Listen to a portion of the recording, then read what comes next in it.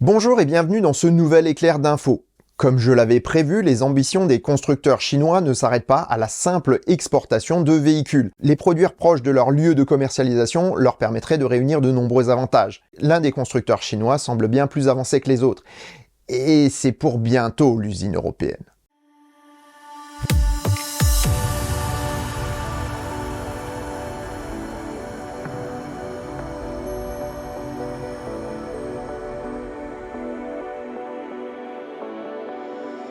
Si ça te plaît, mets un pouce vers le haut et commente. Si ça te plaît beaucoup, abonne-toi.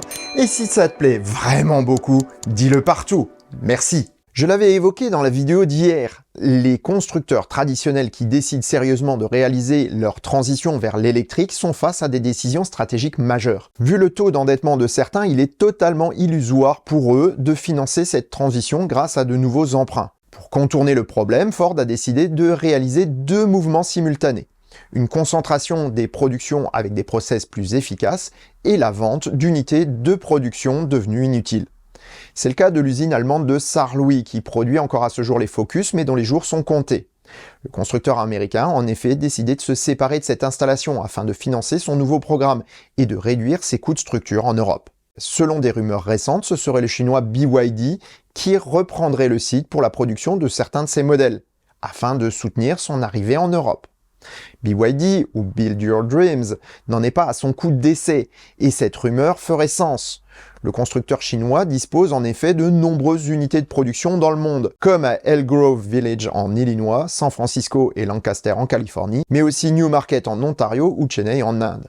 Pour l'Europe, une usine subsiste à Komárom en Hongrie, après l'arrêt de l'usine française de Beauvais. Pour les futurs projets, le chinois vient de signer un accord pour la construction d'une usine près de Tanger au Maroc, soit aux portes de l'Europe. Si la majorité des usines extra-chinoises sont dévolues à des divisions autres que les voitures, le rachat de l'usine de Saarlouis pourrait bien signer une expansion sur le terrain de la voiture particulière. Il est probable toutefois que les gros modèles Han et Tang seront toujours produits en Chine, car leur forte valeur ajoutée permettrait d'amortir le coût du transport. Pour les petits SUV Atto 3 par contre, une production européenne prendrait du sens. Avoir un approvisionnement fiable sur l'une des parts de marché les plus importantes de l'ancien continent n'offrirait que des avantages.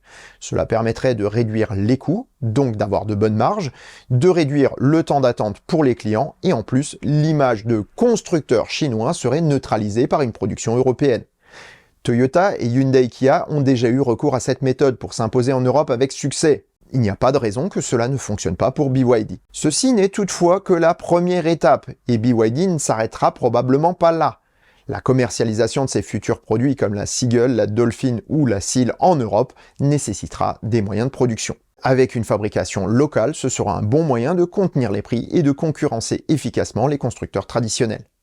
Il est même possible que BYD se lance dans la production de ces fameuses cellules Blade en Europe, car plusieurs accords sont intervenus pour la fourniture de celles-ci à des constructeurs européens, comme Mercedes. Ce dernier est d'ailleurs déjà client et partenaire de BYD pour les pièces électroniques et la production en Chine d'équipements automobiles. De plus, des rumeurs non confirmées continuent à circuler sur l'éventuel accord entre Tesla et BYD, toujours autour de la fourniture de packs structurels Blade pour la production des modèles Y de nouvelle génération à la Gigafactory de Berlin. On aimerait bien en savoir plus sur le sujet, mais le constructeur américain est connu pour garder jalousement certains de ses secrets. Voilà qui rebat les cartes pour l'avenir de l'industrie automobile en Europe. Un temps trusté par les Américains comme Ford ou Opel Vauxhall sous l'égide de GM, c'est l'Asie qui devient le nouvel investisseur de l'industrie automobile européenne. On attendait les Japonais, mais ceux-ci ont décidé des stratégies bien trop timorées. Toyota s'est limité à 4 usines sur le territoire européen et Honda a décidé de retirer ses billes. L'arrivée de BYD promet d'être autrement plus ambitieuse, tout comme Geely qui prend part à énormément d'opérations en Europe avec notamment Volvo, mais aussi récemment Renault et sa filiale Aurobay. Clairement, si les Chinois sont déjà les fournisseurs majoritaires des constructeurs et équipementiers